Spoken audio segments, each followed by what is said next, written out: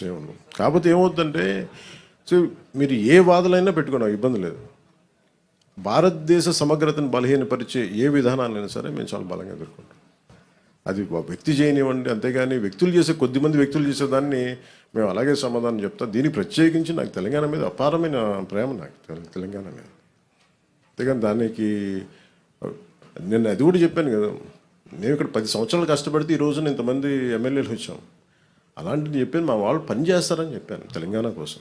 దానిపై అంతమించి సార్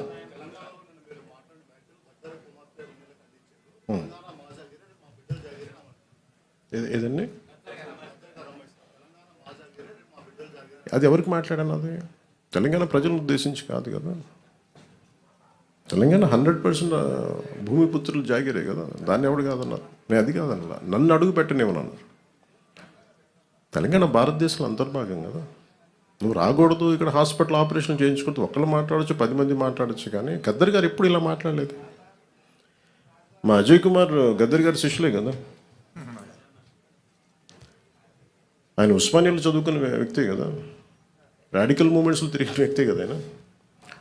ఇది మేబీ వాళ్ళు ఏదైనా చూడకుండా ఏదైనా పొరపాటు అని ఉన్నారు, నాకు వాళ్ళు బాగా తెలుసు కదా, వాళ్ళ కుటుంబం కూడా. అది సరిగ్గా అర్థం చేసుకుని లేకుండా మాట్లాడుండొచ్చు, అంతకుమించి ఇంకేమన్నా. వాళ్ళంటే నాకు అందరికీ చాలా ఇష్టం. నాకు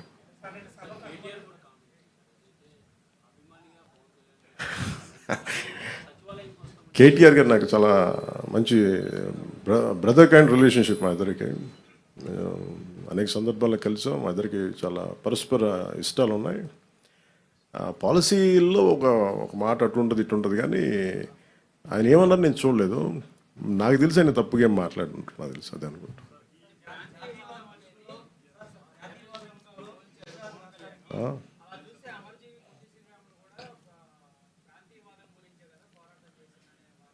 అంటే మనం ప్రత్యేక రాష్ట్రం కోరుకోవటం వేరు, ప్రత్యేక రాష్ట్రం కోరుకోవటం వేరు.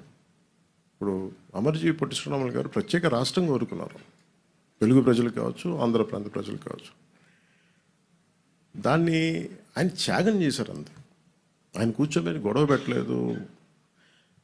తెలుగు వాళ్ళందరికీ రాష్ట్రం కావాలని కోరుకోవటం వేరు, కానీ ఎక్కడ మిగతా వాళ్ళు రాకూడదు, అసలు అలాంటి దూషణ ఎక్కడ చేయలేదు. ఇది నేను అంటుంది ఏంటంటే, ఇట్స్ నాట్ అబౌట్ ఒక తెలంగాణ గురించో ఒక ఆంధ్ర గురించో కాదు. మీరు వెళ్ళే కొద్దీ విభజించుకుంటా వెళ్ళిపోతే, ఈ విభజన ఒక భూమికి మీరు సరిహద్దు వేయగలరు, కానీ మనసుల్లో వేసే ఈ విభజన ఈ వేర్పాటు చాలా కనిపించు, చాలా లోతుకి వెళ్ళిపోతాయి. భవిష్యత్తులో మనం అద్భుతమైన అభివృద్ధి ఇవ్వలేకపోవచ్చు, కానీ కనీసం మన కనీస ధర్మం ద్వేషం ఇవ్వైతే ఇవ్వకూడదు కదా సమాజానికి. అంతకుమించి తప్ప అంటే ఆయన్ని కూడా నాకు తెలిసి ఆయన ఒక రైట్ పర్స్పెక్టివ్లో అని ఉంటారు, కానీ ఒకసారి పూర్తి నేను చెప్పింది చూస్తుంటే నాకు అలా ఉండేది కాదేమో. అది మేము ఎప్పుడైనా కూర్చున్నప్పుడు సరదాగా మేము మాట్లాడుకుంటాం, దట్స్ నాట్ ఎట్ ఆల్ విషయం.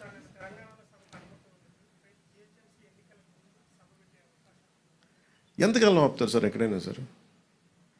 ఇప్పుడు ఇలా అయితే మీరు నాకు తెలిసి తెలంగాణ అంతా కూర్చోబెట్టి, తెలంగాణ నిజంగా చెప్పాలంటే తెలంగాణ పోరాట స్ఫూర్తి చాలా ఎక్కువ. ఇప్పుడు నేను కూర్చోబెట్టి ఇక్కడ